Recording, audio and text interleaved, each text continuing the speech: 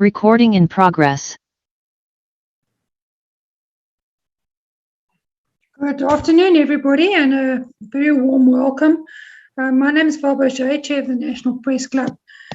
As you can hear, I've got a problem with my voice, so I'm going to keep my remarks quite short and hand over to my colleague Masidi.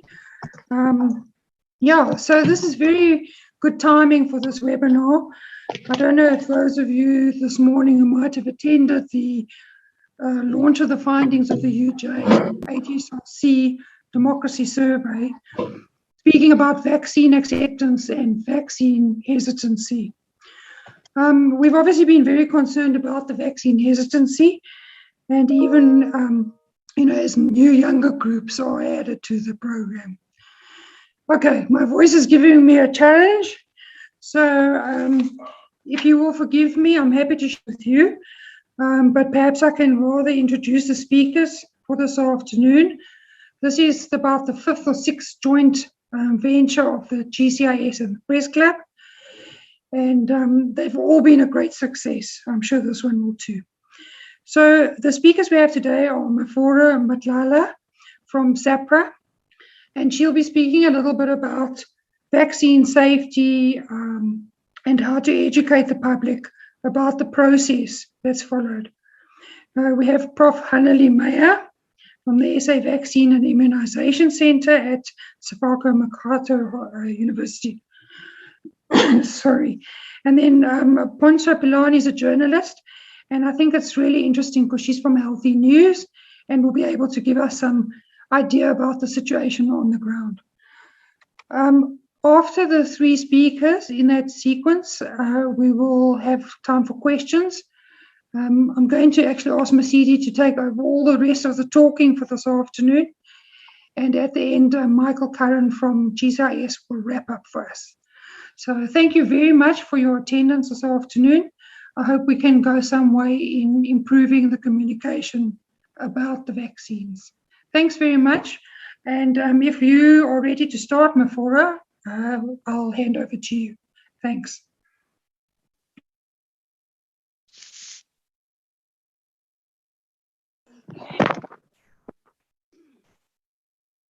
Hey everyone, my name is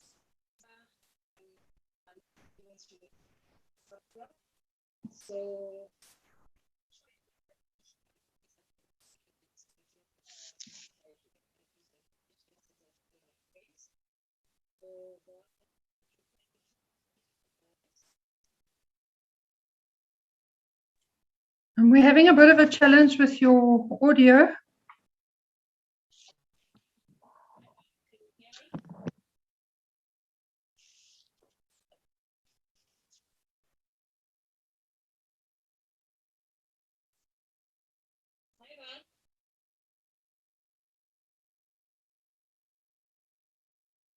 Can you hear me?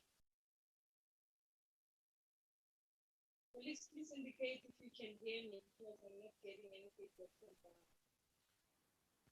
Mafura, unfortunately, we are struggling to hear you. If you can perhaps just try and adjust sound settings on your side, please.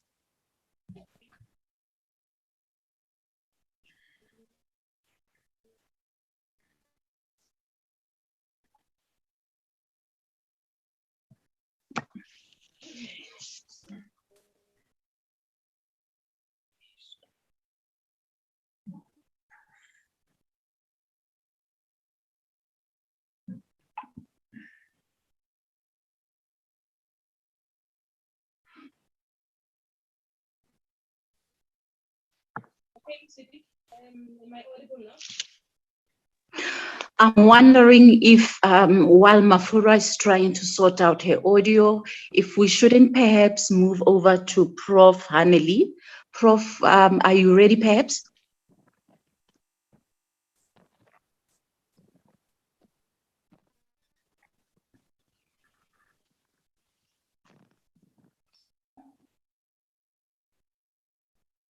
Hi, Musiri, can you hear me?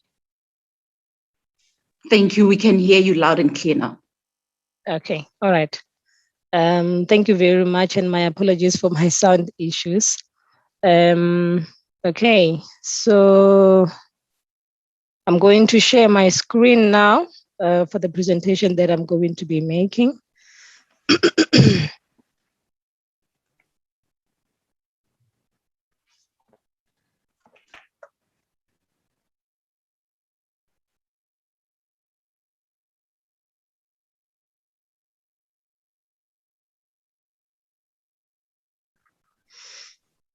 Okay, so I am going to take the public through the activities basically that SAPRA has put in place to oversee the safety of vaccines in South Africa. So, okay, so this will be my first slide. And as we move down, I'm going to be attending into SAPRA's mandate. So, good day, colleagues, and good day, everybody in South Africa who had the opportunity to be listening and looking to us. So with regards to SAPRA's mandate, basically what's important is that SAPRA is tasked with regulating.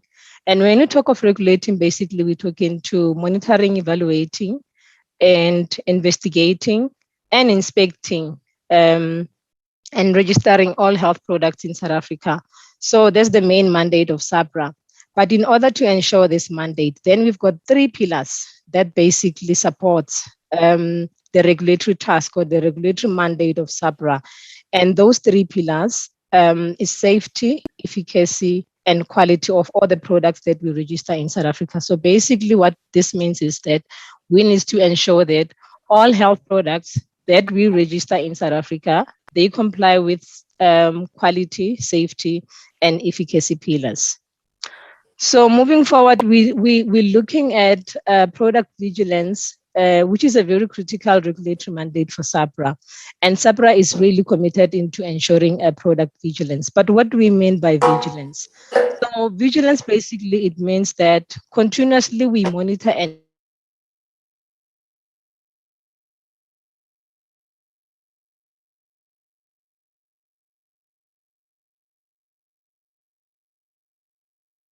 management of any risks that may have been identified through the monitoring and evaluation throughout the life cycle of these health products. So in terms of safety, basically, it includes looking for signals. And what are signals? Basically, signals, these are new safety concerns that are not yet confirmed, but we still need to confirm.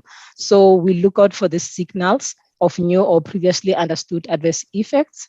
And then furthermore, we monitor the risk-benefit profile of the health products over its life cycle as we build experience. For example, with the new COVID-19 vaccines that we're having currently in the country, we all know that these are new products. Therefore, we continuously need to monitor the risk-benefit profile. So by so saying, what we're doing is that we're ensuring that the risk, they are lesser and the benefits are actually more of this product. And then furthermore, we look for new risk factors for known adverse events. For risk factors, for instance, looking for a group of people that may be affected by certain things as we continue to monitor the benefit risk profile of these products. So what is it that SAPRA is doing to ensure that the COVID-19 vaccines in South Africa are safe? So what has happened is that we've got about 4 products, COVID-19 products that have been authorized for use in South Africa, but currently we have 2 that are rolled out. So what happens is that there's a careful and ongoing review of data.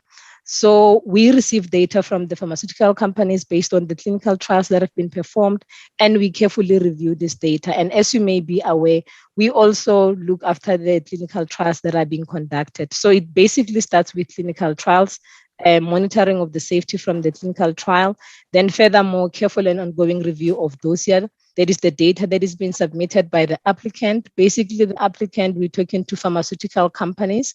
So as they continuously provide us with the data, we review this data to ensure that it's of acceptable safety, quality, and efficacy.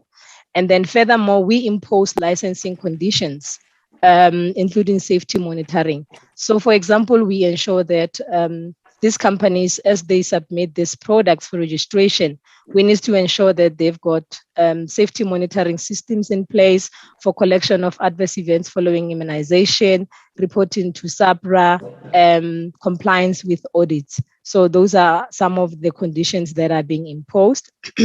And then furthermore, ensuring that any issue, that safety issue that may come along, then they need to update or inform SAPRA as soon as they become aware of that safety issue. And then regulatory requirements for reporting all emerging safety issues in a timely manner as highlighted. So except the careful and ongoing review of the safety data, then what else are we doing as the regulator to ensure that the COVID-19 vaccines that we're providing to South Africans are safe? We are active and a full member of the World Health Organization Program for International Drug Monitoring. And this has actually been since 1992. So this has been continuing. And then even today, we are still part of it. So being part of the WHO Program for International Drug Monitoring, basically it means that we receive all the safety signals that maybe WHO, they might have identified. And furthermore, we provide all the adverse events following immunization information that we receive to this program. And then what they do is that on an international basis with all other adverse events from different countries, they review the data and look at the safety signals. This is because now the data is large compared to only one country's data. Then they've got a combination of different countries' data, and based on that data that is combined, which nowadays is called big data, then it's easy to identify if there's any safety issues with the vaccines, and they will alert each and every country about that. And then furthermore, we continuously review international literature, safety databases, and any regulatory decisions that have been made by other regulatory authorities. For instance, FDA previously, I think in April, they identified some thrombosis issues, and that was communicated in South Africa, and then we put the study on hold, the rollout on hold rather, because of those safety conditions, those safety concerns that were identified, and then further review the safety of the product and find that the benefit risk profile was still favorable. And then furthermore, what we do, we encourage reporting of suspected adverse reactions and adverse events following immunization in South Africa. And there are different modalities that have been put in place to support and encourage AFI reporting, particularly now that we've got COVID-19 vaccines that are being rolled out throughout the country. I will talk to this issue on the next slide. And then furthermore, we conduct risk-benefit assessment of health products as new information arises. And what's important is that we keep our healthcare professionals in the country and the public abreast of the new safety issues that have arisen. And then furthermore, what's important is that we collaborate with the expanded program on immunization, which is the EPI, to support the collection and processing of adverse events following immunization. And I believe Prof will be touching more on the EPI side of things. But what's important is that SAPRA, it collaborates with the EPI and the National Department of Health to support collection of adverse events following immunization. And as well, we are part of the National Immunization Safety Expert Committee, but only on an observer status. So we ensure that processes are followed in order for causality assessment to be done, and Prof will be touching more on that as well. And we promote AFI reporting. So through the AFI reporting, we have launched the MedSafety app, which I'm going to talk to on the next page. And then lastly, what we do, we keep the public informed. So how do we keep the public informed? Number one, we've got press release that we issue as and when new information becomes available. And then furthermore, we publish our Dear Healthcare Professional letters on the SAPRA website, and it's accessible to everybody in the country for more information with regards to the new information that became available. And then lastly, we will be launching what we call a microsite on adverse events following immunization this coming Friday. On all adverse events following immunization that have on the reports of adverse events following immunization that have been received by SAPRA so far, and so that we can keep the public informed. So with regards to the MedSafety app, this is just it's a two-way information sharing tool which we use for promoting reporting in South Africa. And it can be used both by healthcare professionals and the public. So this, we found it to be a convenient way of reporting adverse events following immunization, but not only that, as well as adverse events for any other medication that one may be using. And it's available on the latest Apple Store and also on the Google Play for Android phones. So what's important about it is that it's customized to provide medicine safety news from the regulator, which is SAPRA. And furthermore, it creates awareness of medicines and their potential adverse events to the public. So this was launched in April 2021. So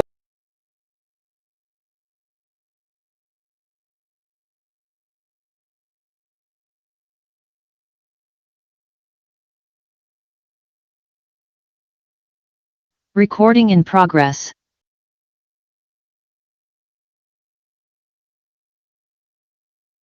Have been made so far to support vaccine safety. I just provided one example that I touched on earlier, whereby the vaccine-induced thrombosis and thrombocytopenia, basically thrombosis, where we've got blood clotting issues, was identified in the Sisonke rollout. And from the regulator side, we saw this to be a very important safety issue that needed immediate attention. What decision did we make? We paused the study, the rollout rather, and then what did we do after we paused the rollout? We reviewed the available data concerning this safety issue. And after reviewing this, then we realized that the benefits still outweighed the risk. And then instead, what we did, we put measures in place for screening and monitoring of participants that may be at risk for this particular safety issue. And then furthermore, we updated the participant information sheet so that people may be aware of the safety issue. And then we continued with the vaccine rollout. So this is an example of a safety measure that SAPRA put in place to support the safety of vaccines. And then furthermore, we issued and published the healthcare professional letters to healthcare professionals throughout the country, and also published on the SAPRA website so that the public can have access to it. And furthermore, SAPRA issued a press release to inform everyone. So what are the key messages that we need to take with regards to the safety of COVID-19 vaccines? So what's important is that monitoring of safety of COVID-19 vaccines and communicating any risk, it's a critical priority for SAPRA. So we do not compromise when it comes to monitoring safety and communicating these safety issues. And we have put several activities in place as I've highlighted. And what's important to note is that the serious AFIs are extremely very rare for the COVID-19 vaccines based on the currently available evidence. And most of the AFIs that we have received in the system, they are non-serious and they are mild. Examples, we're talking to headache, pain, and redness at the injection site, fever and chills. Those are the ones that are mostly received in the system. So we further say SAPRA continuously monitor and inform healthcare professionals and the public about the up-to-date safety profile of the COVID-19 vaccines. And maybe I need to allude to the fact that why are we saying the public should continue to take these vaccines because these vaccines are safe? It's because of the fact that when we look at the adverse events that we have received so far in the system, there are quite very few. I think we've got about just over 2,000, and compared to the doses that have been administered so far, which is about 9.5 million as of yesterday, then you realize that the benefits of these vaccines, they actually do outweigh the risk that may be out there. And I believe that Prof will be talking to some of these points more in details. So from my side, thank you very much. I was looking at the time, not providing much information, but I believe that I've provided the most important information that the public needs to know as to how SAHPRA is ensuring that the vaccines that are available to them, they are of acceptable safety, quality, and efficacy, and how SAHPRA does continuously monitor the safety of these vaccines. Thank you very much.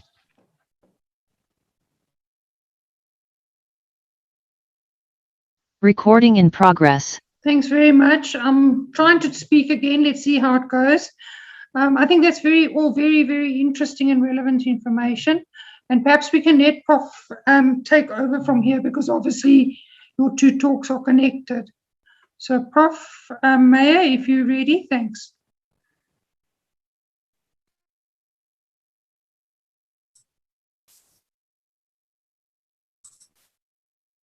Good afternoon. Thank you very much. Let me just share my screen.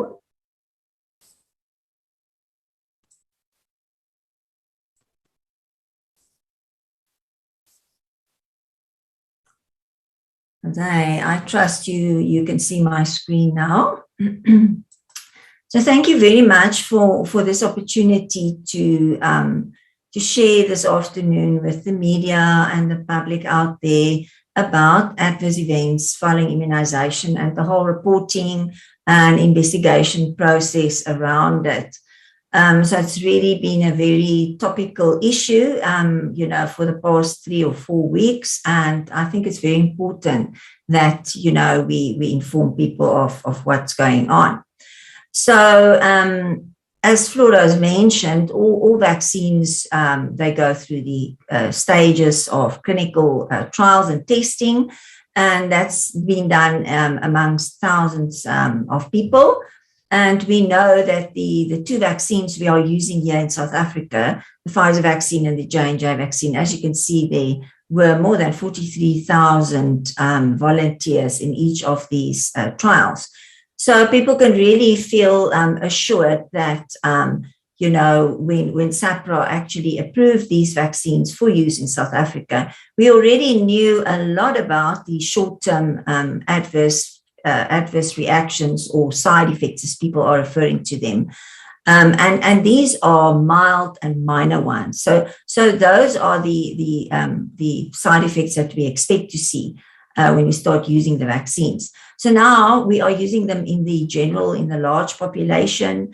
We are vaccinating large numbers of people of different age groups. We are vaccinating, the elderly. Many people have underlying conditions. So it's not the same population as the population compared to the ones in the clinical trials. So it's very important that we monitor the safety profile of these vaccines. So why are we doing it? And that's why also we are asking people to report adverse events. We want to make sure that the adverse events or the side effects that we are seeing when using these vaccines in the large population, that is similar to what has been reported in the trials. And like Flora also mentioned, if there's anything of concern, anything out of the ordinary or something serious, then it could be a possible signal and we need to investigate that. But since the vaccines has been already used in billions of people, they've been shown to be very safe and effective. And we've only seen these very mild and minor events amongst the majority of people. So this is just the vaccine safety surveillance cycle in South Africa. So I don't want to go into detail into this, but people can actually see that this is the process that's been followed from where the vaccine is administered. And then if there is an adverse event, it's reported, investigated, and then causality assessment is being conducted. So together with that, as you can see on the left-hand side, there's also organizations working together with the National Department of Health, and that includes SAPRA, the vaccine manufacturers, ministerial advisory committees, and the World Health Organization. So just to quickly look at what is an adverse event following immunization, and people must really take note of the fact that we call it an event. We don't really call it an effect unless we have shown that it was actually caused by the vaccine. So it's very important to understand is that it could be any medical event that follows immunization, but it does not necessarily have a causal relationship with the use of the vaccine. So it could be a sign, a symptom, a laboratory finding, or a disease. So what's important to note is that when something followed immunization, it does not mean it was caused by immunization. And that is why we need to report anything of concern so that we can actually investigate to see whether it has been caused by the vaccine or whether it has been caused by something else. For example, another health condition that the person might have. Now, what are the adverse events or reactions that we are expecting to see? So they are the mild or the minor ones, as you can see on the screen. So they don't pose a potential risk to the person, and it's part of the body's immune response. So it's also important to note that it's not the same in all people. Some people might experience more events compared to others. Also, some people might experience them more intensely in terms of severity. But these events are mild. They happen within the first couple of hours, and they usually subside within 2 to 3 days, and they hardly ever need any management. So now the question is, should I be concerned about these? When should I be concerned, and when should I report it? So as you can see on the screen, these are mild and minor, and they are common. So in about at least 10% of people will experience maybe a headache or a bit of fever or chills. And then the common ones is less than 10%. That could, for example, be nausea. It's not so common compared to, say, headache and a sore arm and so on. So as you can see, these ones are the common ones, and that's what we expect to see. Now, the more serious ones, or not the more serious ones, but when you are now concerned. So people often say, but what should I report, and when should I report it? When should I seek medical assistance? So that's very important also for people to understand, that you should not assume that all reactions are due to the vaccine. So we are vaccinating now millions of people, and there are many other diseases, conditions happening at the same time. So you could be incubating another, say, infectious disease at the same time that you are being vaccinated. So if these minor events, if they don't subside within the first 2 to 3 days, or if they become more severe, or if there's something out of the ordinary that you are concerned about within the 30 days of the vaccination, then you do need to seek medical assistance. So, and that should be done then at a health facility, for example, a clinic or a private practitioner or a hospital or a community health center. Then, as Flora mentioned, there's also the Net Safety app. So that gives the public an opportunity to report these events themselves. So if you feel, you do have an event that you have experienced, it was a concern to you, and you would like to report it, then the Med Safety app is an ideal tool for you to use to report this adverse event. But you feel like, it's a headache, I can take something for the headache, I don't need to seek medical assistance. But if you need medical assistance, you need to go to a facility. If you don't know what to do or where to report, phone the hotline, and then there will be people to assist and direct people to where they need to go, what they need to do. So what kind of adverse reactions are now not expected? So those are the serious and the severe ones. So as you can see here on the screen, they are very uncommon. So less than 1% of people would experience certain severe events or rare events. The rare ones are even less than that. That's less than 0.1%. And the very rare ones is less than 0.01%. So that's basically your chance of experiencing a very rare event. So to give an example of a very rare event is an anaphylactic reaction. So for the vaccines that we are using at the moment, and actually for all vaccines, it's usually around 1 in a million doses. For the vaccines we are using at the moment, there's been various reports. So it could be around 2.5 to 5 in a million people at this point in time.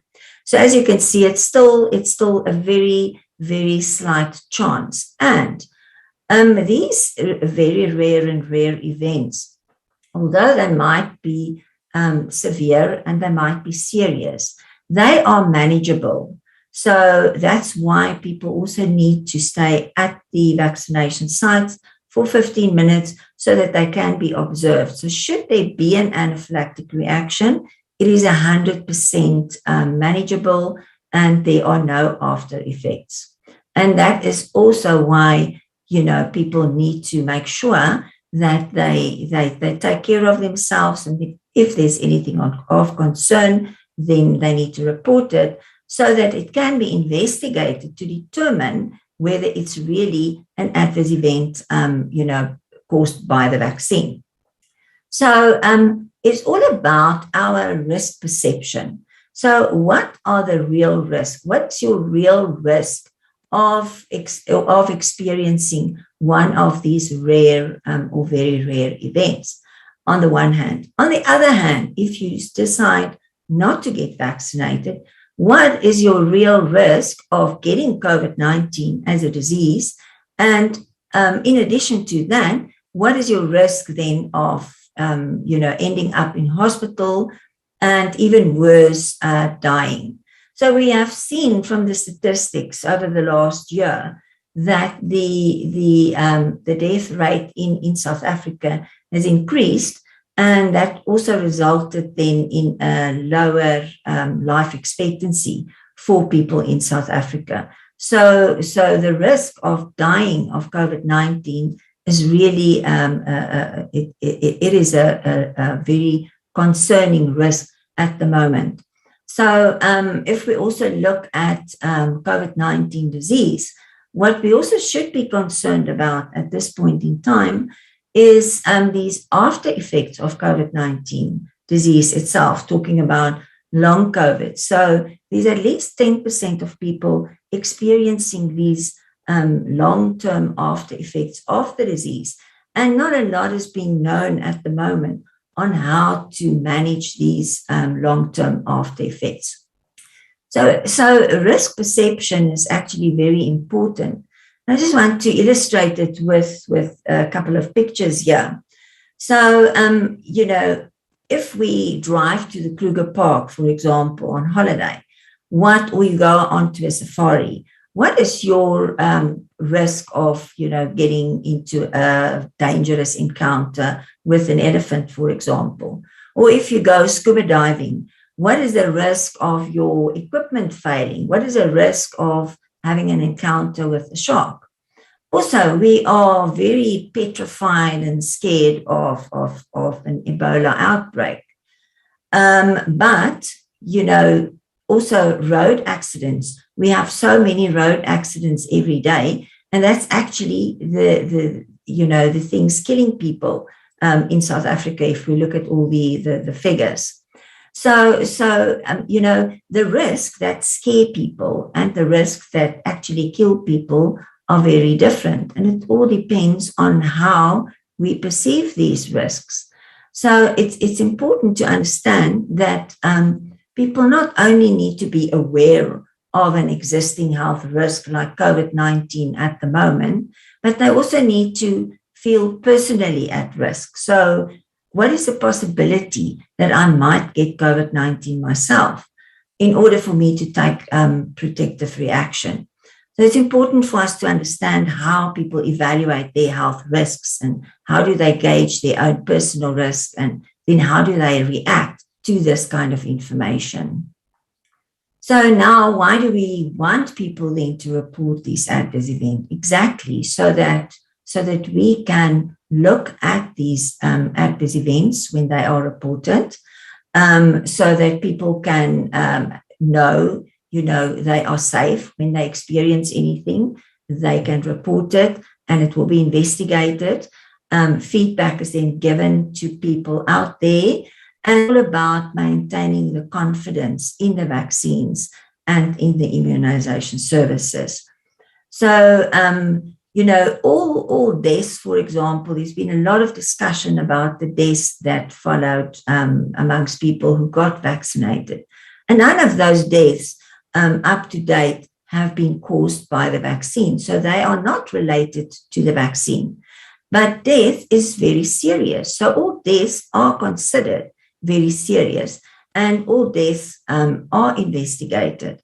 But it's not to say that because they are investigated or because they happened after vaccination, that they were caused by the vaccine. So if we now look at causality assessment, so causality assessment is done by the National Immunization Safety Expert Committee.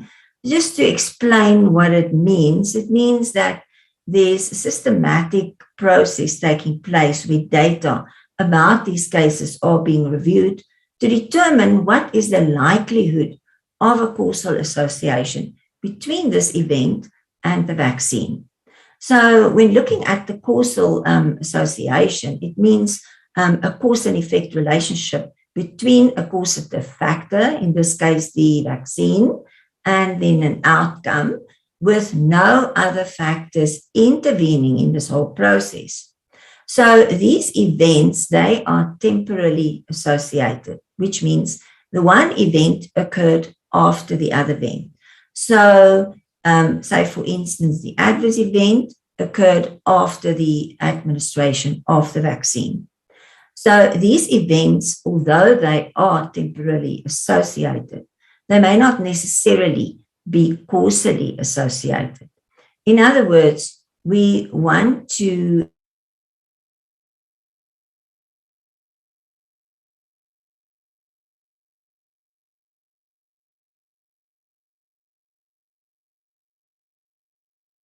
cause of vaccination. And that is why we need to investigate these cases and then conduct the causality assessment. So the investigation takes place by multidisciplinary teams within the provinces and the districts. So various healthcare professionals then participate in these investigations depending on the situation. And once they have collected all the information about the case, then this case is submitted to the committee for causality assessment.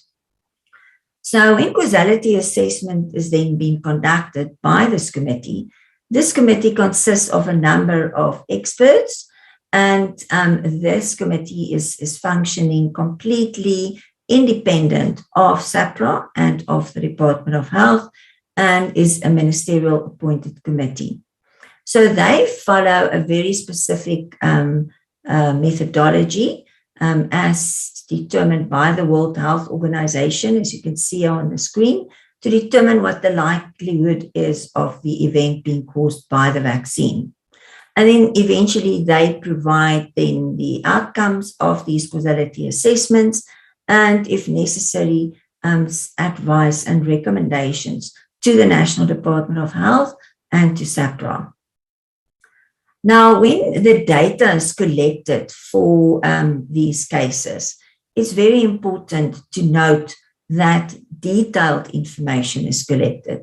So as you can see here, the personal details, the vaccine administered, all the information about the event, the dates around the event, the clinical notes, laboratory results, any coexisting conditions, any medication taken at the same time, any possible allergies. And in the case of a death, then there must be an autopsy report and a post-mortem investigation results. So causality assessment can only take place if there is a specific diagnosis for this event. So to get to that point, you need to complete a full case investigation. And then all the details, as you can see on the screen, that's the details that need to be available at the time of causality assessment. I just want to talk a little bit about the process of causality assessment, because people don't really understand how this is done and what actually happens when causality assessment is done. So there's a specific form that's been completed, and this is also being done with specific software from the World Health Organization. I'm just going to quickly explain. So to start off with this process, as I said, you need to have a valid diagnosis. So if you don't have a diagnosis, you cannot even start off with the causality assessment process. So the case investigation must be done and all the details must be available. And then you go through all these various questions and you determine then, is there any strong evidence that there could be other causes for this event? You also look at the literature and other findings of various studies that's been conducted. Is there any known causal association with this vaccine or with this vaccination? Did it happen within the time window or the time window of an increased risk? So to give an example, an anaphylactic reaction takes place a couple of minutes after vaccination. So if someone reports an anaphylactic reaction 6 days after vaccination, it's not possible because it cannot happen, only 6 days after vaccination. Then you also look at, is there any other evidence against a causal association?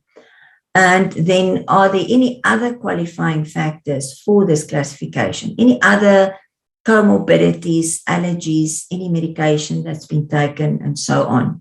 Then also look at the whole process of giving the vaccine, the cold chain, how the vaccine was administered, and so forth. From there on, there's an algorithm to then guide the assessors to arrive at the final classification, and then the vaccine is being, the event's being classified. So, and that can only happen when sufficient information is available. So just to go into the different classes of causal events, then in the end, the way they are being classified. So if there is a causal association, it could either be a product-related reaction. So those are the events that we already know of, that they identified in the clinical trials. For example, swelling at the injection site.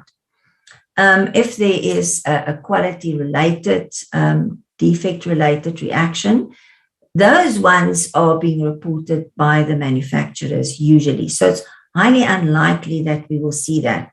Also in South Africa, we have very stringent regulatory processes, and all vaccines coming into the country or being manufactured here, should it be, as being tested again by the National Control Laboratory. So that's why I say those events are it's highly unlikely that we will see them.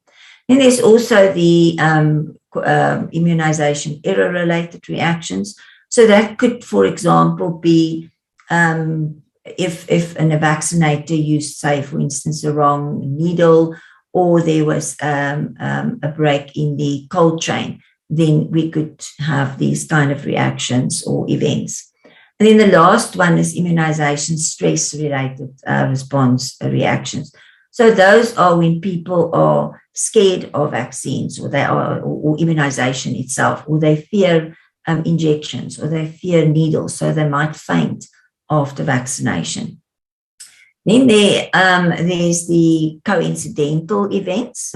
So they are inconsistent with causal association. So these events, although they happened after vaccination, they are not necessarily caused by the vaccine. So there could be many other reasons for that. And this is what we are commonly see in South Africa, and also with reference to the deaths that's been reported, where we say they were coincidental.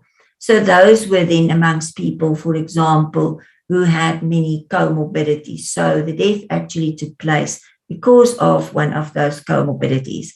It's also possible that these events can happen, amongst healthy people as well. And it could also be maybe a new illness that's being identified at that point in time, coincidentally to the vaccination.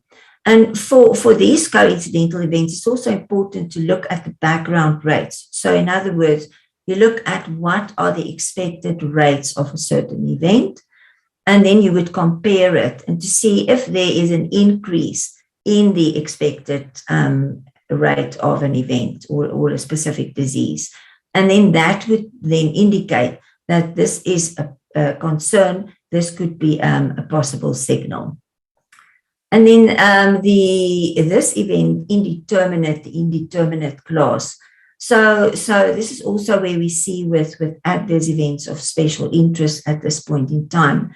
So where you would, for example, get an event that happened after vaccination, but we don't have enough or sufficient scientific evidence available to say that this event is definitely being caused by the vaccine. Or there could be conflicting trends of inconsistency with this causal association. So these events are then classified as indeterminate, and they could then be potential signals in future or reasons for designing specific studies to further look into these kind of events. And they are also being revisited from time to time. So the causality for these events could then change as new information becomes available. So one example is Bell's palsy. So Bell's palsy could possibly happen after vaccination.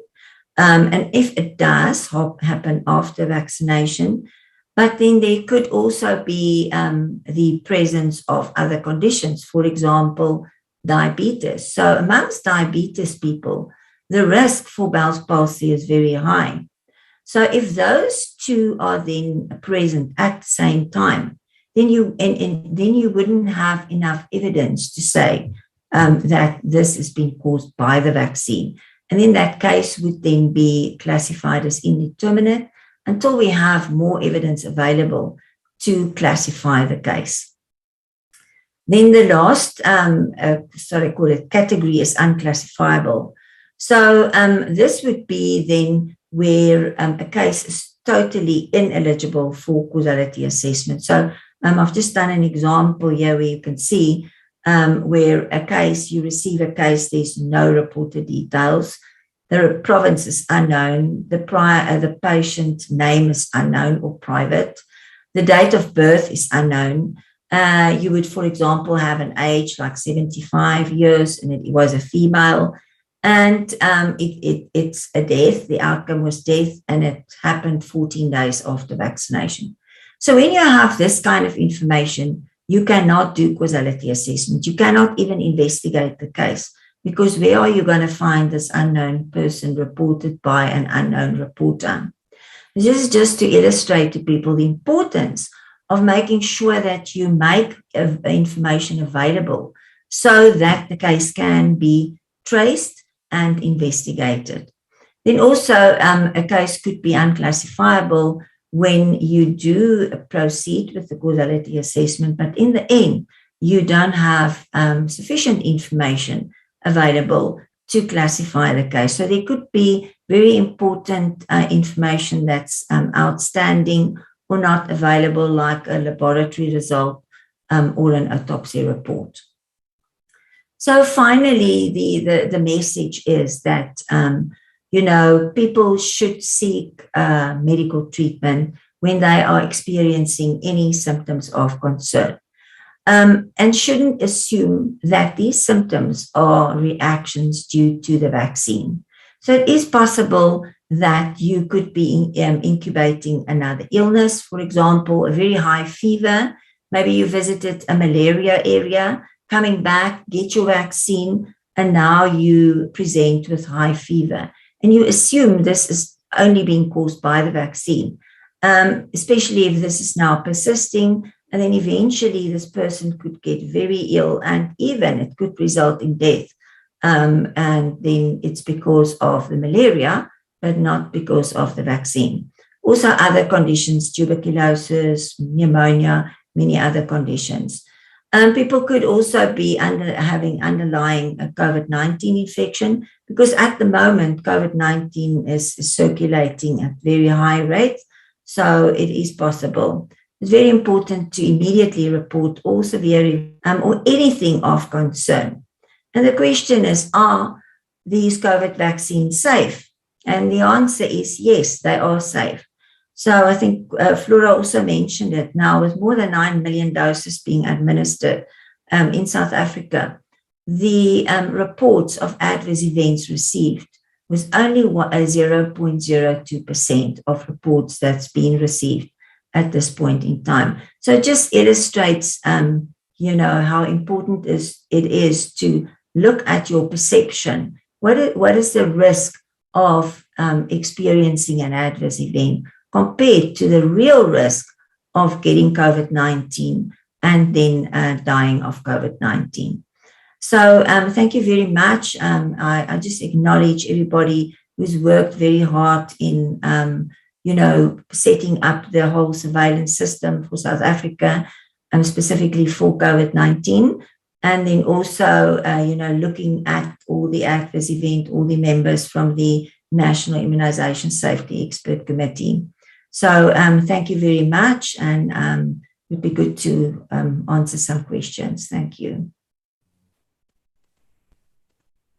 Many thanks to Professor Hanneli Meyer, who is an expert in immunization activities in the national effort to fight COVID-19. In the interest of time, I'm going to move through to our next speaker, who is Ponzo Pilani. Ponzo is a journalist from Health eNews, who can share with us some of the issues that she picks up on the ground as someone who's out there and has an opportunity to engage with the public on issues pertaining to health, but particularly COVID-19. Over to you, Ponzo.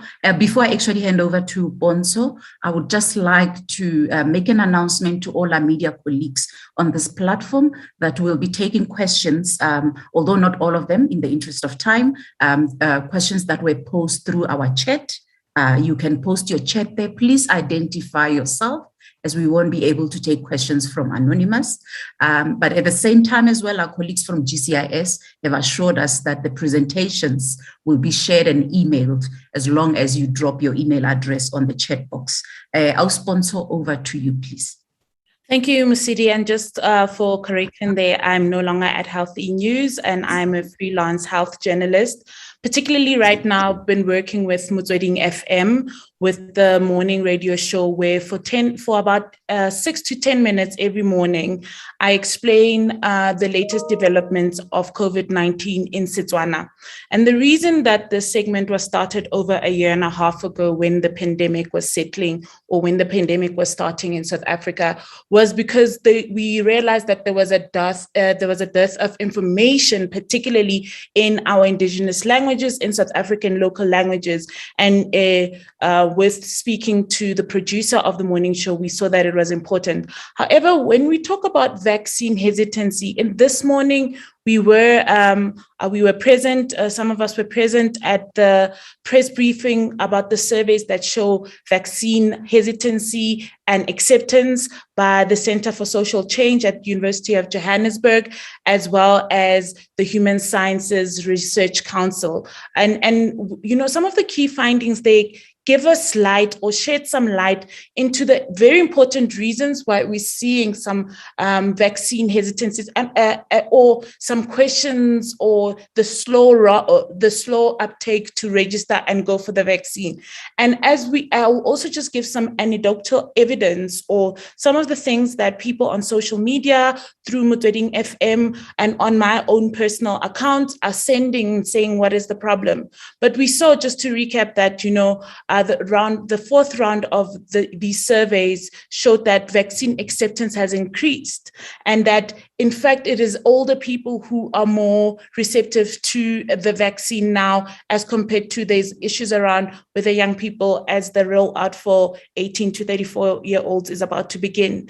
And so these are some of the questions. However, we need to also realize that when information is not available in accessible ways, for example, we are having this webinar in English. And of course, we can say that English is a universal language, or the language that is the most easily for us to address each other in, particularly when we think about big platforms. However, that means that there is a segment of communities and society that we're leaving out who may not be English speaking. And so there has not been a lot of considerations for that to increase awareness. A lot of the times, the questions we're getting on Motsweding FM are not even around, yes, there are people who are vaccine hesitant or have doubts about the vaccine, but it's just so simple as the information is not available to them. Questions from, can I have sex immediately with my partner after getting the vaccine? Does this affect my period? Does this affect my fertility? What about the adverse events? What does that mean? Actually, today, one of the things we're discussing was this, what Prof. Hanali was speaking about right now. And some of the feedback there is people are scared. And how do we allay those fears that people have without providing the information? So as we see, there's also what the department is doing around the social listening reports that are being released regularly. However, with also the advent of social media and a lot of what we're seeing as fake news or incorrect information on different platforms, misinformation and disinformation, we need to consider, and something for even scientists to consider when we talk about these issues, is that are we mentioning or are we talking about the importance and the new developments in a ways that is accessible for most people? A lot of the times when we're on the ground as journalists, we're hearing that people just simply do not have the information. And it's quite clear that that is where the gap is. We have incredible scientists in South Africa. We have seen we know that SAPRA, for instance, is as an independent body. But before the pandemic, most people did not know what SAPRA was. What are the efforts, some of the questions that need to be answered or the gaps that need to be filled, particularly for the public, is what are the efforts that are being done to create awareness around what the work that SAPRA does is, outside of just the work around vaccines at the moment and approving vaccines or medicines for COVID-19. Has the government taken initiatives to make the public conscious of the various things that exist and what is the process of getting a vaccine approved? Yes, we've said it in English. Are there efforts to identify various government employees and officials in provinces and in the national department who can go onto radio stations, onto TV to talk about vaccines in an accessible way in the various languages, and in order to understand what people's concerns about the vaccine is. Something that we also really need to consider, and that I'm seeing on the ground when I'm speaking to listeners, when I'm speaking to people on the ground, is that there is a general distrust that is existing at the moment between government and its citizens. And that distrust needs to be addressed, where South Africans and people in South Africa do not necessarily trust their government and the government services. We've had issues within the health services for many years, and the health system has I think what the pandemic has done it has highlighted some of these gaps even more. But when information is being received, there are sometimes doubts because of distrust in government as an entity and not necessarily in the information or the science. So as we're trying to address the vaccine hesitancy or acceptance of the vaccine within society, we need to think about the larger issues that people are complaining about. How are you going to trust some of the things that listeners and people on the ground have said? How am I supposed to trust this vaccine when my village has been out of water for a year, or where other service delivery is not being delivered in the areas? These are some of the questions and some of the concerns that are there, as well as the historical aspects of how people view vaccines. A lot of the times when people think about the vaccine, we know some of the fake news that is going around about what the vaccine is there to do, whether it's these 5G conspiracy theories. While there are people who believe this, a lot of the people are just afraid. And when we together as media practitioners, together as scientists, together as South Africa and the government do not put in place ways to address the fears and listen carefully what is happening on the ground and what is exactly the concerns that are being raised by people, and we do not address them effectively, we are going to find ourselves being stuck in here.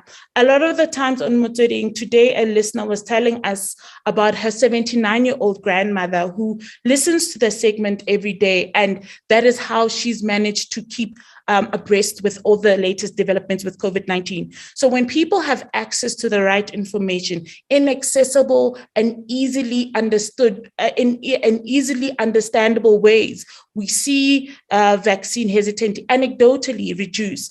However, as it was said earlier on in the press briefing when we were when the experts were addressing us on vaccine acceptance and hesitancy, access is a big problem. Some of the systemic issues that South Africans find themselves in, such as unemployment or not being paid enough, and the exploitation that happens in work environments, is the reason employees or employers not letting people take a day off, paid day off to get the vaccine, people working 6 days a week on contracts and not being able to take time off, or even something as simple as not enough vaccine sites around, particularly in rural areas.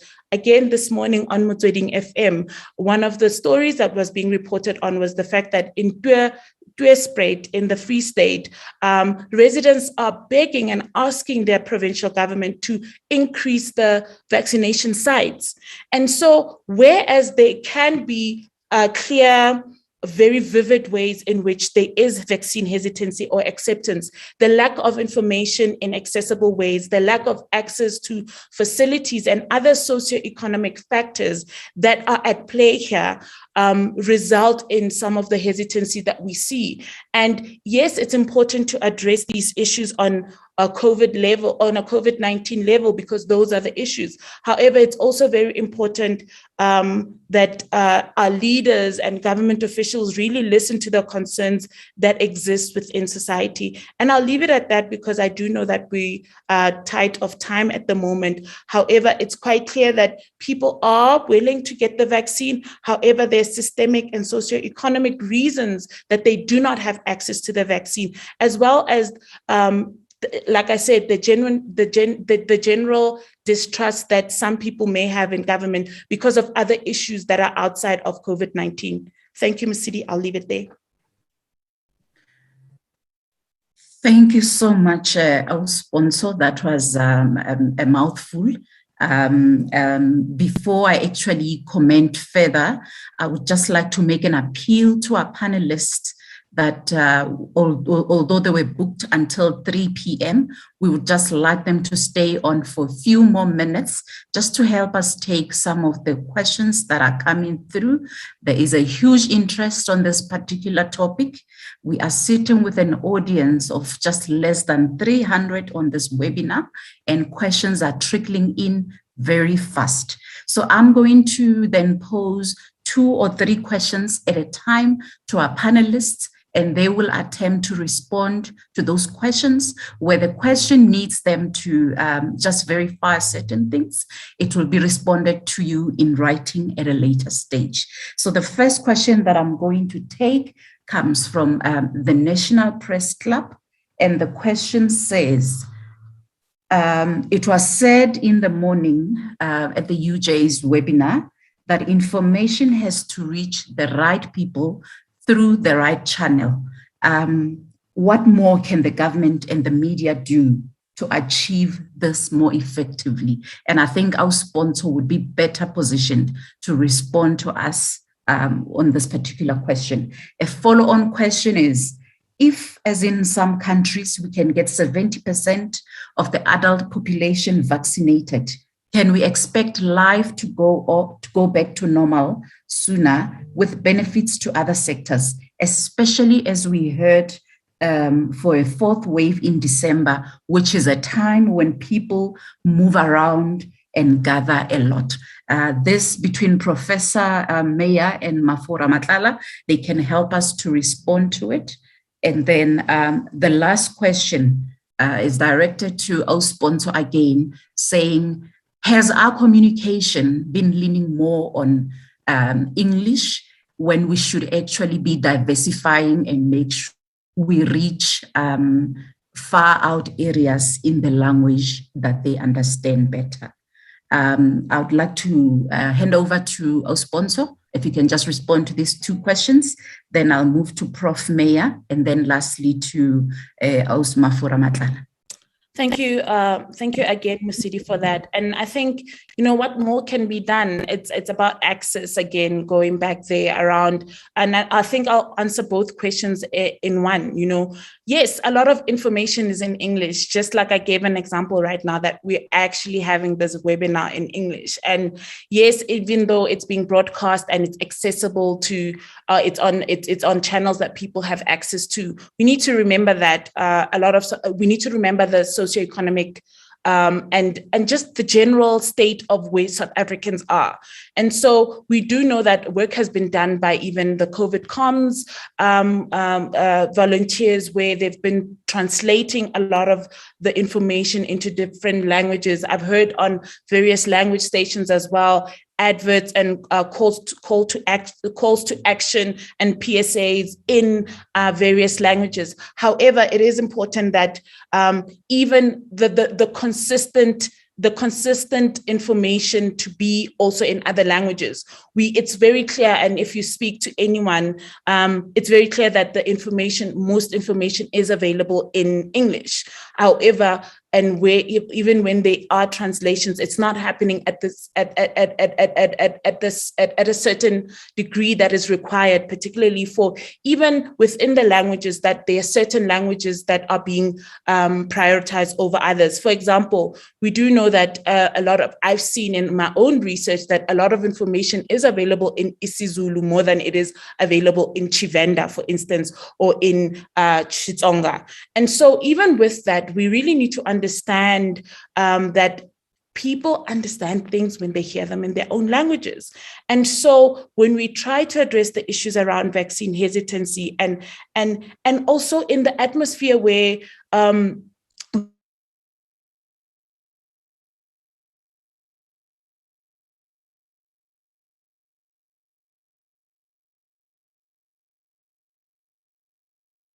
to speak on the SIU report, whereas it seems that there are funds, but however, they're not being channeled strategically to ensure that we meet the needs of the population and the public in the ways that they require their needs to be met, so that we increase vaccine information, or even just information around the non-pharmaceutical interventions for the prevention of COVID-19. And as we even move on, research shows that it's important for us to repeat the preventative methods, to not just talk about not just report on or talk about the bad things that are happening or adverse events, but the benefits. We haven't really seen a lot of information. There's a few media reports here and there, but there is no communications strategy to talk about, to create solution-based stories and a positive narrative on vaccination, on people who've changed their minds, who were anti-vaxxers or who are afraid, but yet went into getting the vaccine. So when we listen to the public and we know where the gaps in information are, we'd be able to fill those gaps in correctly. So when we look at the reports that were being released by the UJ experts this morning and the HSRC, we need to look at, government needs to take that information in and see how they can fill the gaps that exist. We need more proactive planned communication instead of reactive communication that we've seen over the past 18 months of the pandemic. Thank you, our sponsor.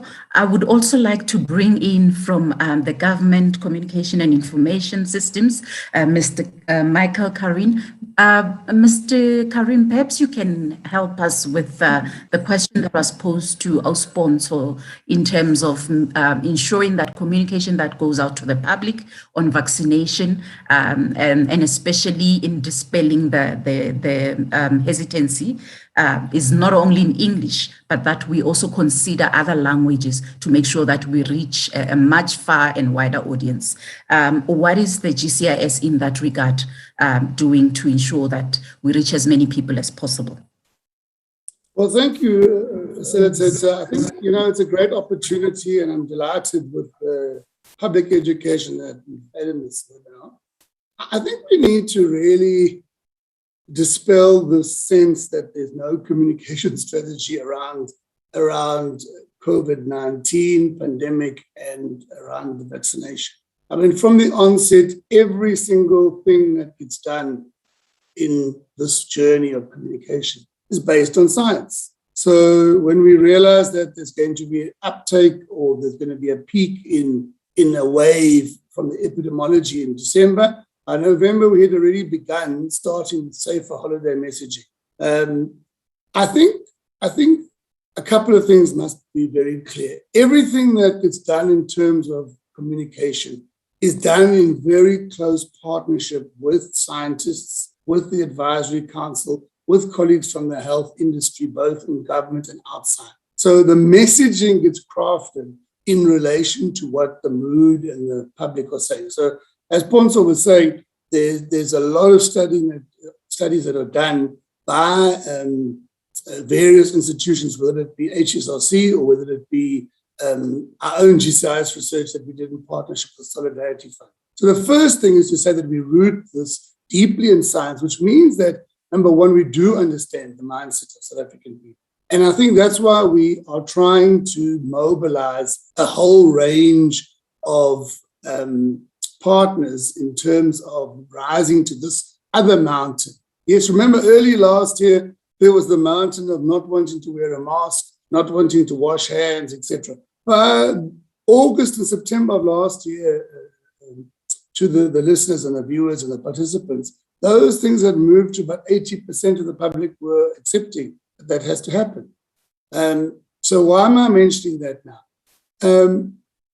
We're very much alive to the fact that we had a huge uptake on vaccinations at the beginning and then it slowed down.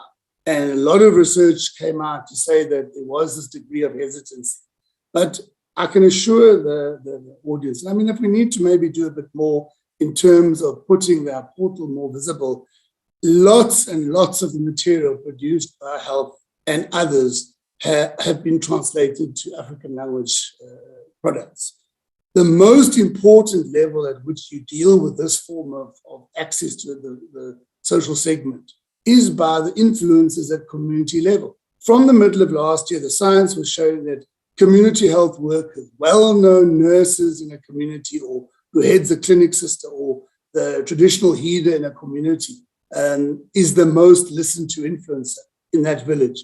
Yes, today, of course, is the influencers for this audience. And the influencers, I hope, are going to be asking the participants in this webinar, such as the media, to really be the partner. And I'll come back to that in a minute. But since last year, even sustaining through this week where we've seen that there's been a dip in demand, we have started working through the enormous machinery of government communication that exists in municipalities and communities to get those locally known influences out into communities, to keep encouraging, to keep persuading, to keep using that one-on-one language interaction to say, look, we want to educate you.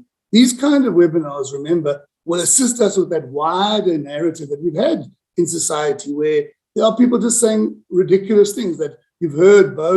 All three presenters this morning have demystified some of those things that we hear every day in society, and that process does get replicated at community level.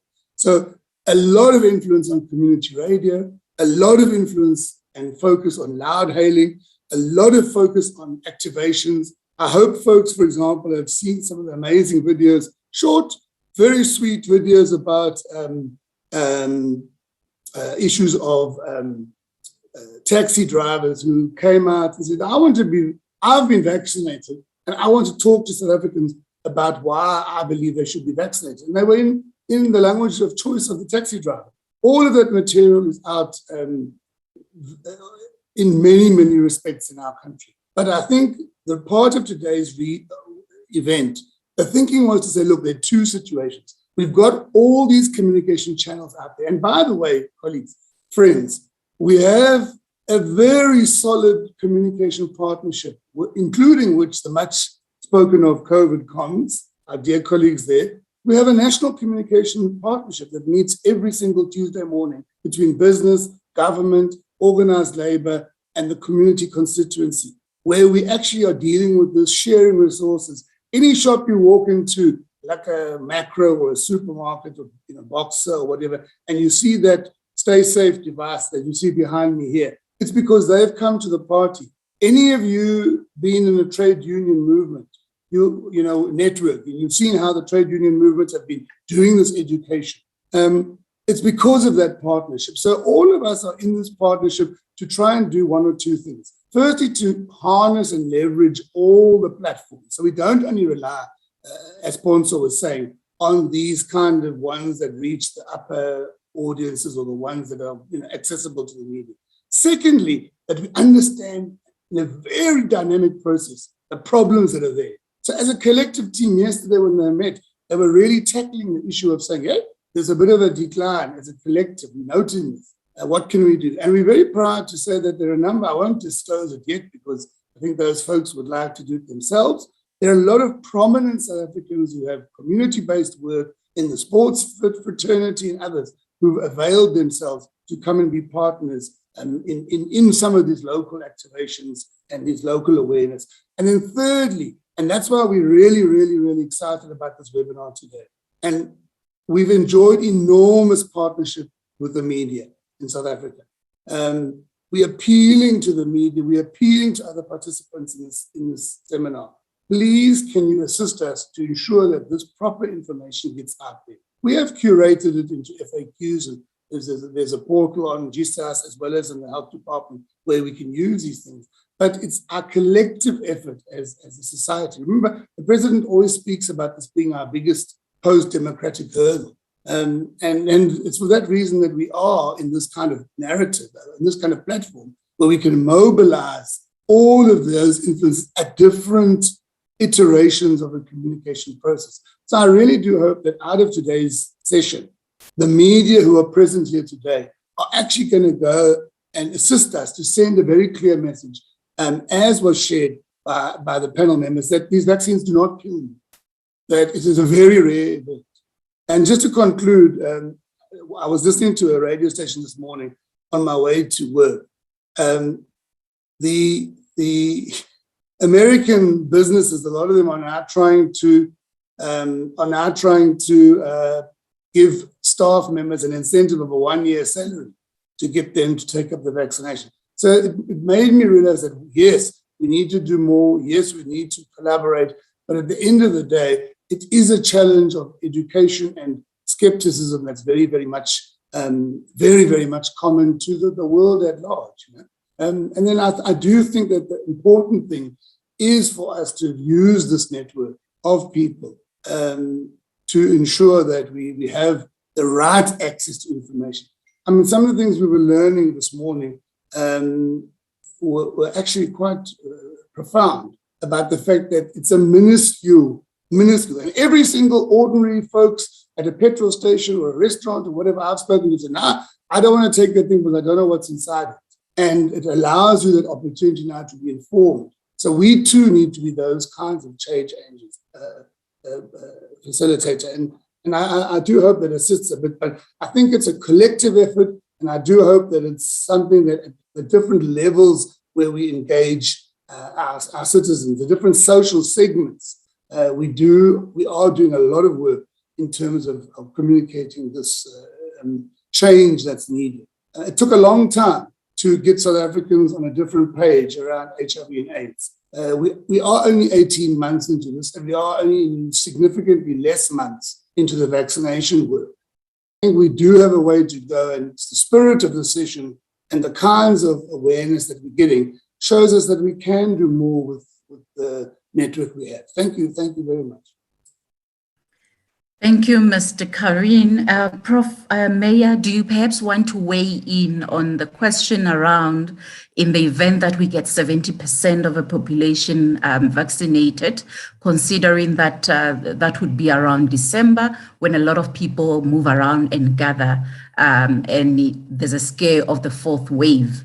Is there any way that we'll get to what we call normal life, as it were? Yes, thank you. That's quite a difficult question to answer.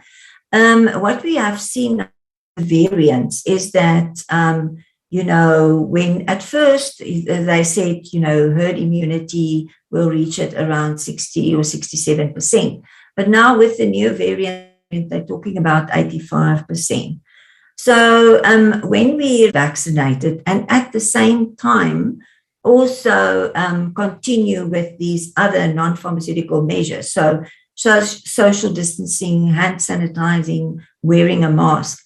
What we also need to remember is these vaccines are not 100% effective, like with all other vaccines. So although they provide very good protection, high protection, excellent protection against hospitalization, severe disease, and death, you can still get COVID-19.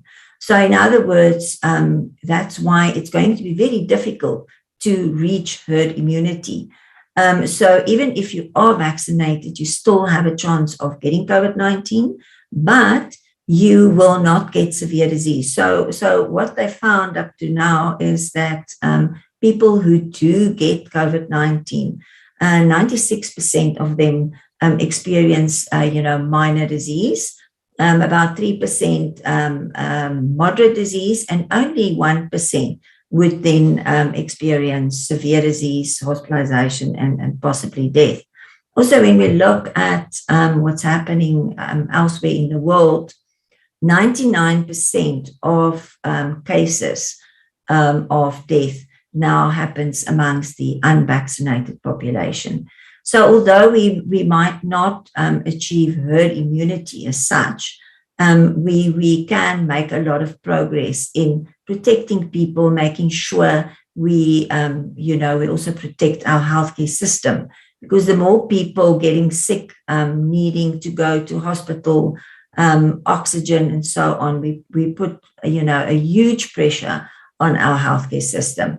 So and we also don't know what kind of variants will still show up, shall I say, here in South Africa and elsewhere in the world. So the moral of this story is the higher the number of vaccinated people, the lower the number of people who are actually susceptible to infection and to disease.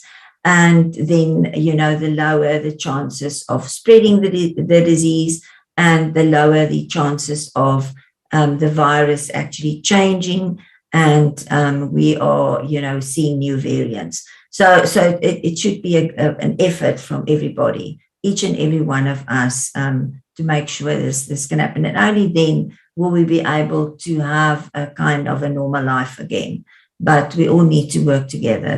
That's all I can say. I don't know if anyone else would like to add to this. Thanks. Prof. Mayor, in the interest of time, I see we are now approaching 15:30. I'd rather that we hand over to Mr. Karim to rather do the vote of thanks for us. We do acknowledge all the questions that have been posted through the chat and the Q&A channels, and we can assure you that most of them will be attended to, as well as the presentations will be sent through to those that have shared their email addresses with us on the chat box. Mr. Karim, I'd like to hand over to you for the vote of thanks. Okay, well, you see, it's one of these things where a topic of this magnitude can't really be done in such a short time. But I honestly believe that it's certainly a good start, because we all acknowledge that we are the, I said this morning, in a meeting when we were in Parliament, that this thing has been like mountains. You hit one mountain and then the next, and we're at the moving up the slope of that mountain now, of trying to get South Africans in their large number into the vaccination process. And there is a definite combination, as Ponzo said, between logistical and accessible problems, but also those social and psychological and educational challenges that we still have to mount. So I think for me, I really want to say a couple of things in conclusion. Firstly, I really want to appeal to the GSIS team who were working to prepare this with the Press Club. Can we make sure that we curate the answers into something very substantial, so we can place them either on our one web portal, on the information web portal, also at Health, so we really do respond to these things. Secondly, friends, one death is one death too many. So it's very difficult for us to actually be using anecdotal information and hearsay and, oh, by the way, did you hear about so-and-so? What Professor Meyer gave us is a very clear sense that there's a red flag system, and we as South Africans can be part of that red flag system. Put in the information that can be scientifically assessed, so that we can come to a point where actually we start saying, you know what, it's very clear from what's going on here that this is a problem that we need to stop. And as Ms. Matlala said correctly, the brakes will be put on. We have the confidence and the trust from that presentation. And I was very, very touched, Ms. Matlala, by that presentation, to say that all of these people out there, even if you're listening today, going out there and lying to the public about safety in it, and causing people to listen to stupid voice notes and high science, and I'm an intelligent commentator. When somebody like Ms. Matlala can come and tell us honestly and sincerely that South Africa's medicines are not just any old medicine that's chucked in your arm and off you go. It's a very, very well looked after process. So Ponzo, I know that there are deficits in trust. I know that Digital Vibes didn't do anybody any favors, but at the end of the day, the democratic state that we have is one that is founded on very solid science and very solid principles and very solid ethics. So in this medical field, I was very impressed to see the work that is being done. So to Professor Meyer and to I think it's Dr. Matlala or Ms. Matlala from SAPRA, thank you very much for your very, very valuable inputs. I honestly need to say to these two speakers that we're at the beginning of the mark.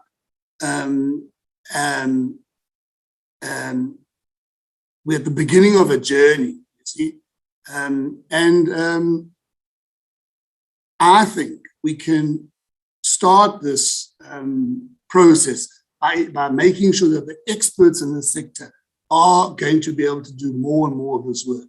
Ponzo has really, in my opinion, shown us that communication is the critical change aspect here. I mean, the work she was talking about that was being done on her platform, on her radio platform, we need to massify that.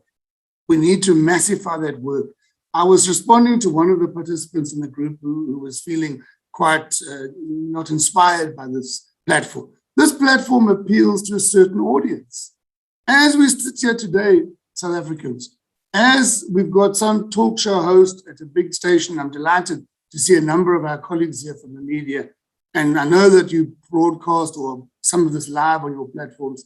As we sit here today, friends, there are community health workers, there are community development workers, there are government communication frontline staff, loud hailing in villages in the Free State and Limpopo and KZN.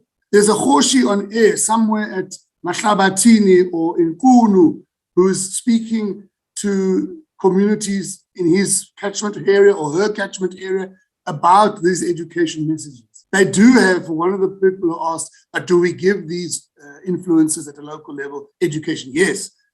Professor Meyer and Joanne Cornelissen from GSAS and a range of other members in the team that have been working with Sehofatso and Irene on this webinar have been preparing frequently asked questions, talking points, toolkits that are also available in multiple languages to make sure that these influencers are out there with a resource kit at their hand and at their disposal.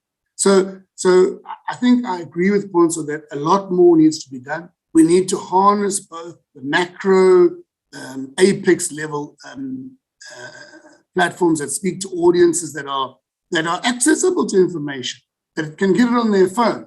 But at the same time, we do need to amplify the direct communication, the outreach work.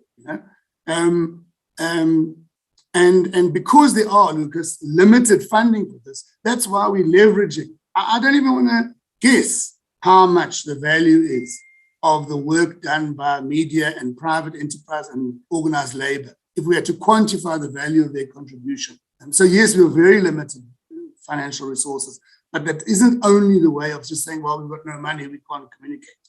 So we've got partners who then do things within their own machinery that help. So I just want to say that I'd like us to use this webinar as an event that triggers a catalytic reaction, that we go away from here as practitioners, as specialists. I'm not saying that we've been able to kill all the discussions, but what we can do is we can tell South Africans, firstly, if you do not vaccinate, the likelihood of you getting very ill, being hospitalized and dying is very, very good. And by the way, what's being vaccinated to us is not something that you should feel afraid of, that's untested. Secondly, that we would need to see how we can take ideas from that into the National Communication Partnership, and I reiterate, it's government, business, labor, the community sector, and how we can use that for mobilizing our society more. And thirdly, and I think it is something that not necessarily a communication issue, we saw in the research that some of the distinct factors like access, physical access of a mobile vehicle, assisting people with transport, going house to house, those are some of the things that are technical or logistical differentiators. And maybe we do, as we move forward, need to look into that. I mean, we have to look at, in conclusion, friends, what the mass vaccination sites that are coming on stream as developed by the Solidarity Fund and GSA Health Department are going to impact. So I think it's a journey that has begun. It's a journey that we have to push on to get 40 million South Africans mobilized. We have to ensure that we use the energy of young people who are about to come on board and those 35 age group who are already on board, that we invite, we appeal, we say to you, please work together to cascade that message in our society. I'm very excited by the news to hear that the older folks are picking up. 2 weeks ago, Dr. Crisp was telling us that there's a bit of a lull there. So let's take our older folks along. Let's take our older folks along when we go to assist with transport or to allay the fears or to hold the hand so that the blood pressure doesn't go up when you go inside the vaccination site. I think in conclusion, I really want to say to the National Press Club, to Mr. William Baloy, their partner in our team in GSAS, to Val and her team, Mosidi and colleagues from the Press Club, we're very deeply indebted to you and a number of your members who are here today for this partnership. We are absolutely proud and delighted with, I was telling Mahlatsi yesterday in the Senate, in a meeting where she was in with the women in media, that we can be very proud as a country of the relationship that we built in terms of this program with our media. So I really want to say to the National Press Club and your members, sincere thanks for hosting us. Thank you for being willing to work with Mr. Willem Baloy and Sefwa and Irene and her team around this event. And thank you particularly to the many, many South Africans from you. I can see apex bodies here. I can see individuals. I can see organizations who came out to be part of this discussion. I really agree on the last two things, Mr. Baloy and team, that firstly, we must make sure that we document all the questions and find proper responses. And secondly, that all of the presentations here must be accessible for use by everybody who was part of this webinar, and anybody else for that matter. So maybe we need to have a little icon for a day or three website with this as a news item, and then we can speak to the GSAS social media team about it. So thank you so much. If I forgot anybody in my mishap, I apologize to you for that, but we really are grateful for this opportunity. Val and Ms. Mokele, over to you again. Thank you, Mr. Karim, for those words. You've actually said quite a lot. So on behalf of the National Press Club, we also thank the GCIS, our key partner in making sure that these messages reach the communities far and wide. We also thank the MDDA community that also joined here. They are key in making sure that the community media also has access to information. And I think to everybody else, let's all wear sleeves and make sure that we say no to misinformation and keep spreading the right messages to those who are, especially those who are hesitant to vaccinate. We will definitely respond to the questions that were posed, but we'll also consider the various suggestions that have been posted on the chat box. With those few words, I thank all the participants, and this is where we leave it for today. Thank you, colleagues, and have a good day.